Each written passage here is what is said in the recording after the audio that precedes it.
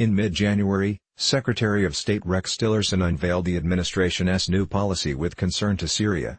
In a widely covered speech at Stanford, Tillerson declared an open-ended commitment of U.S. forces in that country. "Let us be clear," said Tillerson, "the United States will maintain a military presence in Syria, focused on ensuring ISIS cannot re-emerge." Asking the American people for patience, Tillerson also signaled a long-term commitment to regime change. While acknowledging that some Americans are skeptical of continued involvement in Syria, Tillerson claimed it is vital for the U.S. to remain engaged in Syria. Ad policy. Wisconsin Democrat Mark Pocan told The Nation on Tuesday that Tillerson's statement flies in the face of the Constitution and the War Powers Resolution of 1973. Congress has never authorized force against Syrian, Turkish, Yemeni Houthi, Russian, Iranian, or North Korean forces. Yet reportedly, a secret administration memo may claim the legal justification to do just that: attack Syrian, North Korean, and other forces without any congressional authorization. And as the Washington Post reported last week, the U.S. military is now committed to a potentially indefinite presence in Syria that is opposed by all of the main players in the country. Currently there are, in the absence of congressional authorization and in violation of international law, since the U.S. was not attacked by Syrian or U.S. troops there at the invitation of the sovereign Syrian government, an estimated 2,000 American troops based in Syria. Given this, it was odd, though hardly surprising, when major U.S. media outlets like CNN carried the news that American occupying troops were acting defensively last week when the U.S. launched a series of strikes against regime forces, killing over 100 Syrian soldiers, in retaliation for an attack on a headquarters of U.S. allied Syrian Democratic Forces in Qushan. Reports emerged this week that perhaps dozens, if not hundreds, of Russian mercenaries were also killed in the U.S. attack. Most popular House Republicans just voted to eliminate the only federal agency that makes sure voting machines can be hacked. To the rise and fall of Clinton's myth farce of the Olympic athletes from Russia. For after I lived in Norway, America felt backward. Here's why. 5 Donald Trump's extract everything energy policy dooms us all. For their part, the Israelis, in response to the breach of its airspace by an unarmed Iranian drone, brought the entire region into a hairsbreadth of full-out war when it launched a series of airstrikes against Syria forces over the weekend.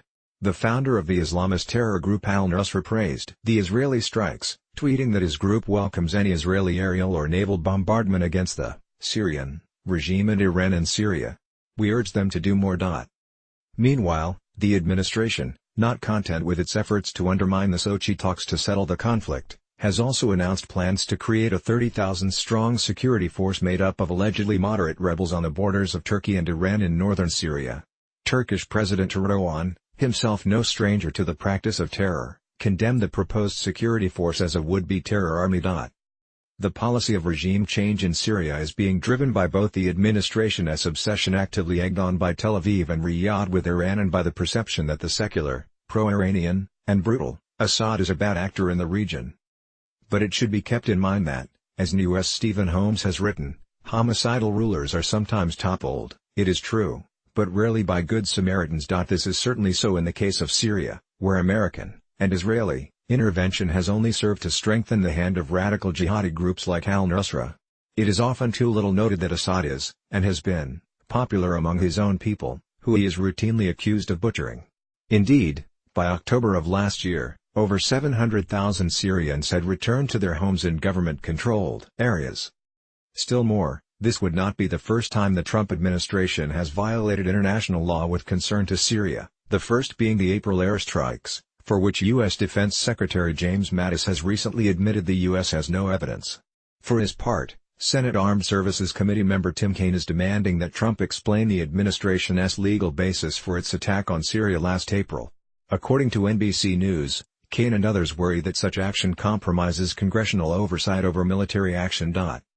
Meanwhile, opposition to Trump's intervention in Syria is mounting from the small but growing anti-war caucus in the House. California Democrat Ro Khanna told The Nation on Tuesday that he believes deploying U.S. troops in Syria to counter the threat of Iran and see the end of the Assad government without congressional authorization is unconstitutional. While it is not disputed that Iran and Syria are both despotic, human rights-violating regimes, these plans need to be specifically authorized by Congress to permit the deployment of U.S. military forces in Syria.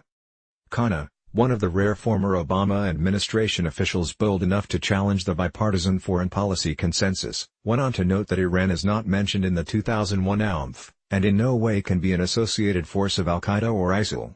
Iran and ISIL are enemies on